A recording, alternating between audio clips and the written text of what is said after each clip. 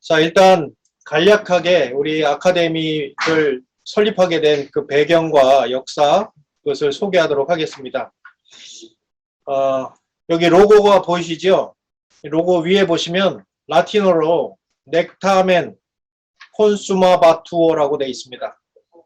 이게 이제 출애굽기 3장 2절에 이 모세를 부르실 때 그 떨기나무 있지 않습니까?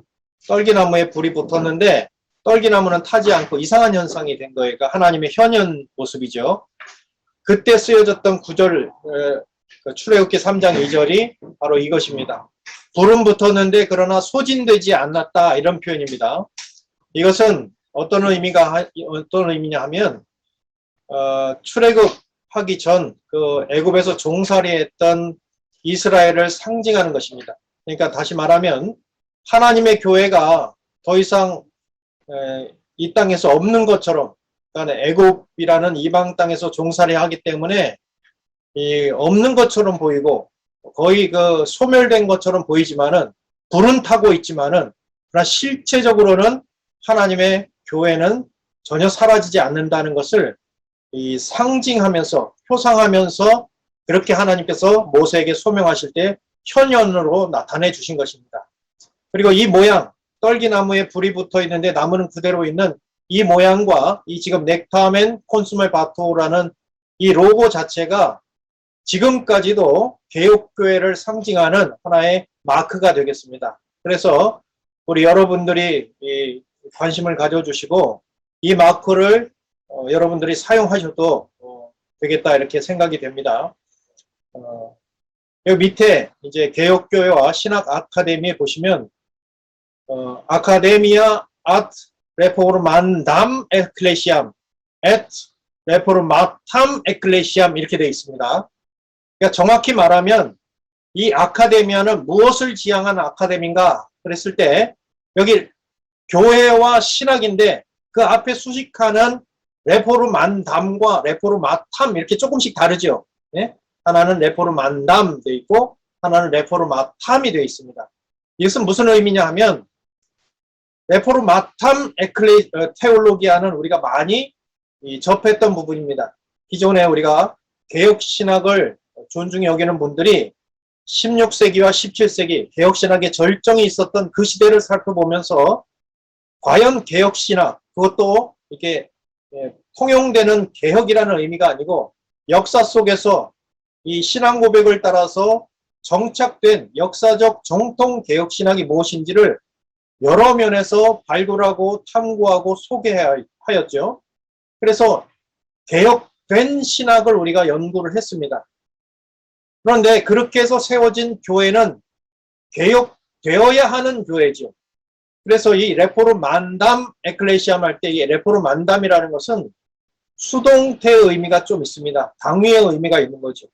한번 개혁하고 끝나는 교회가 아니고 한번 개혁됐을지라도 계속적으로 진리에 비추어서 지속적으로 연약한 이 지상의 교회들이 계속 개혁되어야 한다는 의미가 담겨 있는 것입니다.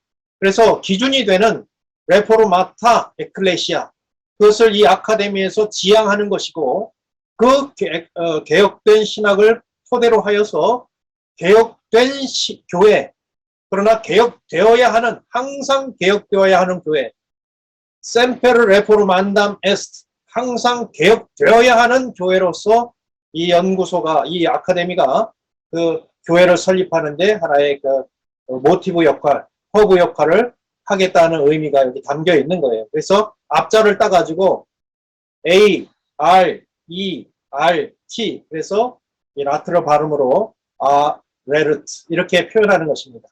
그래서 개혁교회와 신학 아카데미 그랬을 때는 그냥 교회와 신학에 대한 어떤 공부를 하는 곳이구나, 그렇게 생각할 수 있지만은 표현된 라틴어를 보면 지향성이 있는 것입니다. 아카데미긴 한데 개혁된 신학과 개혁되어야 하는, 끊임없이 개혁되어야 하는 교회를 위한 아카데미 활동이다, 이렇게 이해하시면 되겠습니다.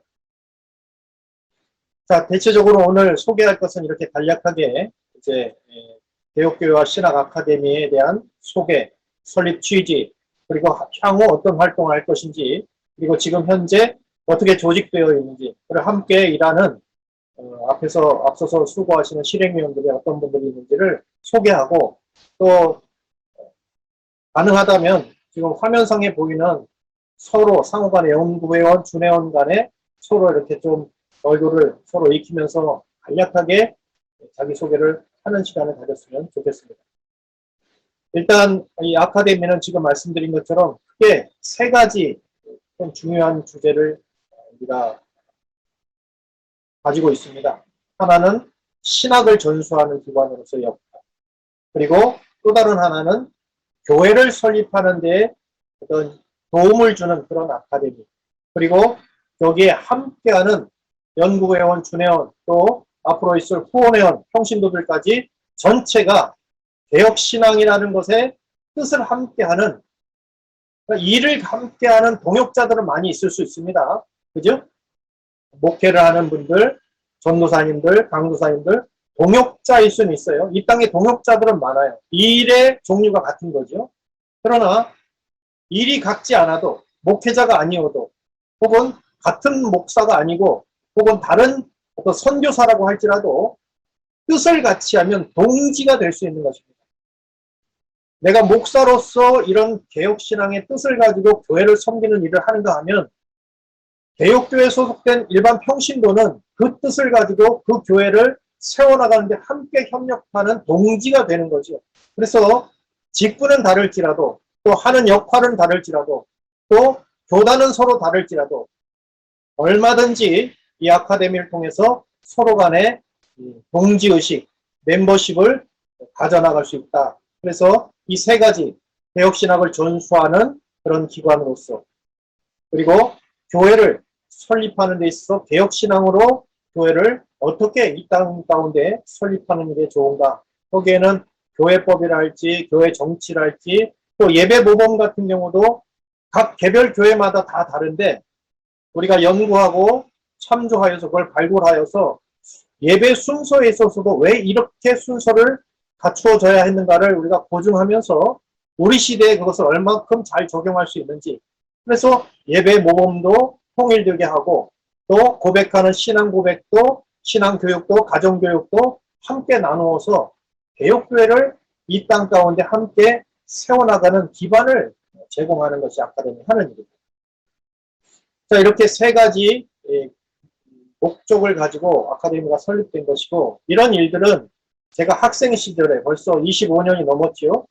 그때부터 이 땅에 이 개혁신학에 대해서 관심을 하신 분들이 함께 모여서 연구하고 나름대로 준비를 하고 있었던 그런 모임이 있었는데, 이제 이분들이 전부 연구 회원들이 되신 것이죠. 각자 목사님들이 되셔서 목회를 하고 계시고, 또 그중에는 교수 사역을 하시는 분들도 계시는 것입니다. 이전까지는 이 땅에 개혁신학이 무엇인가를 세우는 데만 급급했는데, 제가 가만히 보니까 개혁신학에 대해서는 어느 정도 관심 있는 교수님들, 목사님들이 계시긴 한데, 가장 그 아킬레스건은 뭐냐면 개혁교회가 한국교회는 부족한 게, 그게 가장 아킬레스건인 것 같아요. 신학과 교회가 동떨어지게 되면 신학은 사변적인 아주 그 냉랭한 그런 그 학문에 불과하게 되고, 또 교회는 자기 마음대로 목회자가 자기 카리스마에 따라서 자기의 어떤 개인적인 사적인 목적을 따라서 목회 비전을 실행하는 그런 하나의 단체로 전락하게 되는 거죠. 그래서 신학이 바로 세워졌다면 이제는 그 신학을 통해서 우리 현실 가운데 교회를 어떻게 설립할 것인가, 이것을 고민할 때가 되고, 더 나아가서는 이것을 내 한 사람이 잘해서 되는 것이 아니라 이런 뜻을 품은 모든 우리 주변에 있는 모든 지체들이 함께 힘을 합하여서 결국 교단 다르고 하는 일 다르고 또 그 연륜이 다르고 경륜이 다 달라도 한 가지 뜻을 따라서 함께 이 공동의 작업을 해나간다 하는 취지에서 이 아카데미가 설립된 것입니다. 제가 여기서 강조하고 싶은 것은, 지금 이제 아카데미가 설립되었지만은 이 일은 계속 할 것입니다. 17세기, 16세기 개혁신학에 대해서 계속 발굴하고 소개하고 강의하는 일은 계속 될 것입니다. 그러나 더하여서 그에 걸맞는 개혁교회를 어떻게 세워나갈 것인가 그랬을 때 우리가 처한 현실교회 가운데는 이게 굉장히 거리감이 있잖아요. 그럴 때 제가 당부드리고 싶은 것은 이런 것입니다. 개혁교회라고 하면 어떤 하늘에 있는 이상적인 교회를 꿈꿔서는 안 된다는 거예요. 우리가 있는 지상의 교회는 어떤 교회든지 간에 나그네르 교회이고 전투하는 교회입니다. 그래서 계속 개혁되어야 하는 교회입니다. 그렇기 때문에 저와 여러분이 속해 있는 현실교회, 한국교회는 특히나 이러한 개념을 가지고 아카데미에 참여하셔야 됩니다. 저는 개혁교회를 세 가지로 분류합니다. 첫째는 덜 개혁된 교회. 여러분들이 속해 있는 교회들이 현실적으로 16세기와 17세기 개혁신학을 공부하고 전수받았는데 현실교회에 딱 들어가니까 전혀 다른 거죠. 이거 뭐 어떻게 손을 대야 될지 모르는 거죠. 그때 생각하는 것은 비판자로 있지 마시고 교회가 아직 이런 내용을 소개받지 못한 이미 400년, 500년 전에 개혁의 전통이 있으면서도 한국교회의 연약한 모습이 이런 것이구나 이렇게 감안하시고 덜 개혁된 교회로서 이 교회가 이렇게 남아있구나 그렇게 여유를 좀 가지셨으면 좋겠다는 것입니다. 그리고 우리가 활동하는 교회 중에는 그보다 조금 더 개혁된 교회가 있는 거예요. 개혁된 교회로서 개혁교회를 지향하는 교회가 있는 것입니다. 그래서 우리 목회하시는 분들 중에는 분명한 선을 가지고 그 개혁교회 전통을 따라서 예배 법문도 고치고 교회 정치나 혹은 교육, 자녀 교육이나 이런 것들을 실천하시는 분들이 있단 말이에요. 그런데 또 다른 면에서 어떤 것 하나를 어떤 조건, 개혁교회의 어떤 조건을 충족시켰다고 해서 그것으로 끝나는 것이 아니라 개혁된 교회는 항상 개혁되어야 한다는 그런 모토에서 더 개혁되어야 하는 교회 그것이 있다는 것으로 우리가 생각을 해야 된단 말이에요. 그래서 지상에 있는 교회는 개혁교회와 뭐 다른 개혁되지 않는 교회 이렇게 나누지 마시고 다 개혁된 교회인데 그죠? 중세 카톨릭 교양주의에 우리가 동조하지 않으면 우리는 개신교로서 개혁된 교회 안에 있는 거예요. 이미. 그러나 그 개혁이 무색할 정도로 덜 개혁된 교회가 있고요. 그것에 대해서 조금 더 자각을 가지고 개혁된 교회가 있고요. 그러나 여기에 만족하지 않고 끊임없이 자기를 진리에 비추어서 더 개혁되기를 바라는 지향하는 더 개혁되고자 하는 교회가 있다. 이렇게 생각하시면 되겠습니다. 그래야 내가 처한 현실 교회가 이 세 부류 중에서 대부분은 첫 번째 교회겠지만은 그러나 비록 개혁된 교회로서 우리가 어떤 실천을 하여서 교회가 어느 정도 개혁된 교회의 규모를 갖췄다 해도 그것이 지상낙원이 아니라는 것.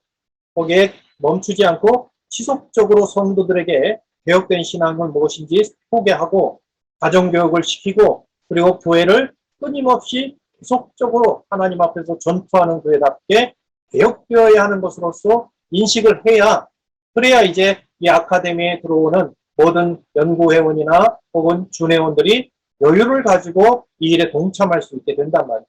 그래서 이 부분을 꼭 기억해 주시기 바랍니다. 또 다른 하나는 아까 동지의식을 말했는데 그것과 더불어서 향후 이러한 역할들이 결국 우리가 지금 2021년 8월 23일 날 발족을 하지만은 여러분과 제가 특히나 이제 지금 연구회원들 같은 경우는 25년 정도를 이런 내용을 담론으로 해서 서로 교회를 세워가고 또 이런 신학 논의를 계속 해왔던 분들이거든요. 나 기대한 것만큼 그렇게 교회가 개혁되지 않더라고요. 그 말은 즉슨 우리가 아카데미를 설립하여서 좋은 취지에서 함께 이렇게 출발합니다. 연구회원이 31명이고요. 준회원이 지금 잠정적으로 40여 명이 돼요. 이 외에 이것을 알리지 않은 분들이 또 많이 있습니다만은 그렇다고 해서 이것이 완전하게 뭐 1, 2년 내에 어떤 열매가 맺혀질 것이다? 저는 그렇게 기대하지 않습니다. 25년을 그렇게 해왔는데요. 조금 거기에 이제 그 동지들이 조금 생기고 교회들이 조금 생긴 거예요.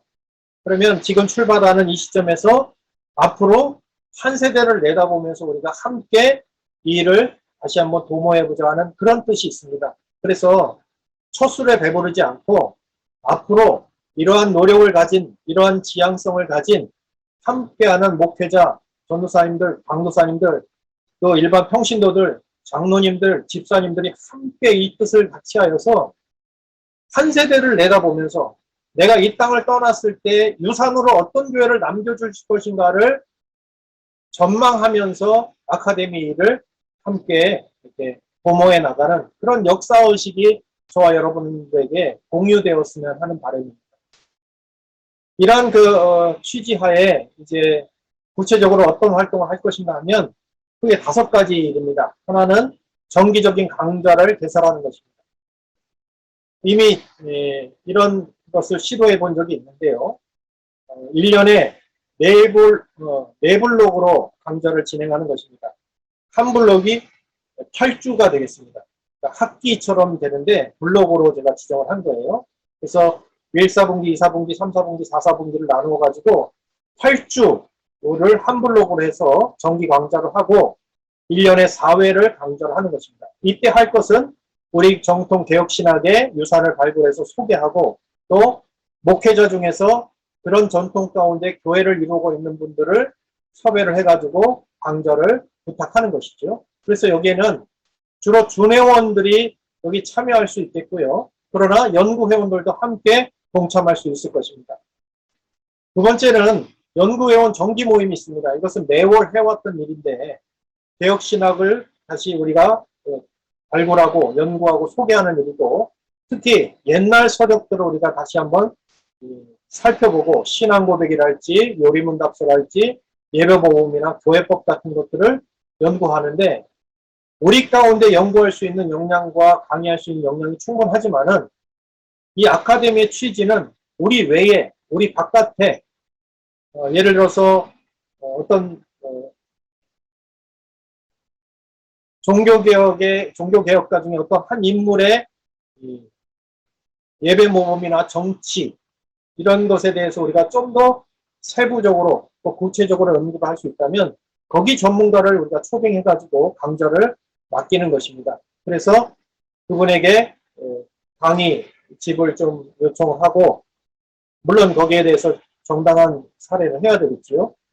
그렇게 해서 이 매월 하면 1년에 한 11개월 정도는 이 강좌가 개설될 것입니다. 그래서 그 자료를 모아두고 그래서 그것을 1년에 이제 자료집으로 만들 거예요.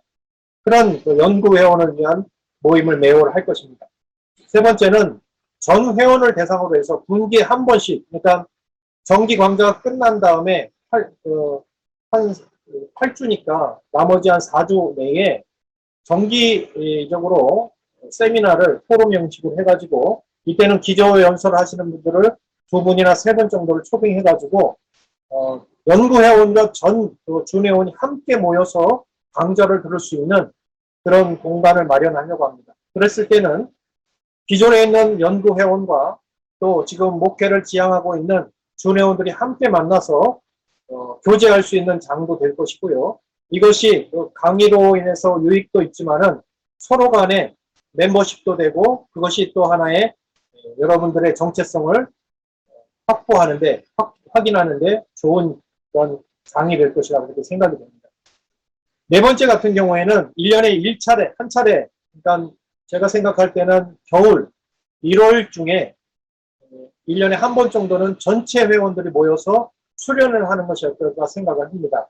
그래서 2박 3일 정도 기간을 두고 일정한 곳에서 모여서 수련을 하는데 이때 하는 일은 정기 강좌에서 개설되었던 강의 내용, 또 연구회원들을 위한 정기 모임에서 했던 강의 내용, 그리고 지난 분기별로 했던 세미나 내용들을 추합해가지고 이것을 정리하고 다시 한번 돌아보면서 자료집을 만드는 것입니다. 그래서 1년에 한 번 정도는 그해 했던 아카데미의 모든 내용들을 정리하면서 자료집으로 묶어서 회원들에게 배포를 하는 그런 작업을 하고 멤버십을 다지는 그런 일들을 이제 수련회를 통해서 하는 것입니다.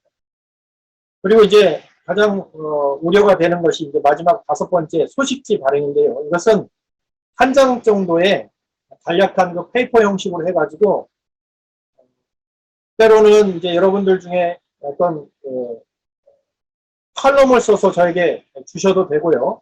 또는 회원 중에 어떤 공지사항이 있으면 특별히 기도 부탁을 하실 것이 있으면 그것을 저에게 보내주셔도 되고 그러한 것들을 취합해가지고 간략하게 연구소가 회원들 간의 어떤 소통 문제 또 매월마다 어떤 일이 진행될 것이고 향후 어떤 일이 계속될 것인지를 실시간으로 이렇게 소식지를 통해서 여러분들에게 공지하는 그런 소식지를 마치 신문처럼 발행을 할 것입니다. 이것이 되어야 결국 나중에 후원하는 회원들도 지금 아카데미가 이런 일을 실제적으로 하고 있구나, 그것을 실시간으로 알게 되고 거기에 뜻 있는 분들을 함께 동참할 수 있는 그런 하나의 좋은 통로가 될 것이라고 이렇게 생각이 됩니다. 그래서 이 5가지가 주로 아카데미가 하려고 하는 사업 내역이 되겠습니다. 이 일을 위해서 저 혼자 할 수 없기 때문에 지금 잠정적으로 이런 조직도를 구성을 했습니다. 그래서 제가 이제 상임총무로서 이 일 전체를 관장하면서 계획하고 강사를 섭외하고 커리큘럼을 이제 짤 것이고요. 거기에 이제 사무관사로서 우리 강사님이 좀 수고를 해줄 것이고, 그리고 이제 총회는 연구회원, 준회원뿐만 아니라 여기 후원회원도 있는데, 후원회원은 평신도들이나 혹은 교회 주요한 분들 중에 이 일을 귀히 여기는 분들이 함께 참여할 수 있는 공간이 있는 것입니다. 그래서 이것이 총회가 되고요. 실무적으로는 실행위원회를 구성해가지고 여기 5개의 분과로 나눴습니다. 그래서 신학분과, 그리고 목사 후보생, 신학 후보생, 우리 교육분과가 있고, 그 다음에 이 일을 하는 데 있어서 대외적으로 홍보하는 홍보분과가 있습니다. 그리고 재정을 담당하는 재정분과, 그리고 자료를 취합하여서 그것을 발간할 때 그 일을 맡아주시는 자료집 분과가 이렇게 5분과로 나누었습니다.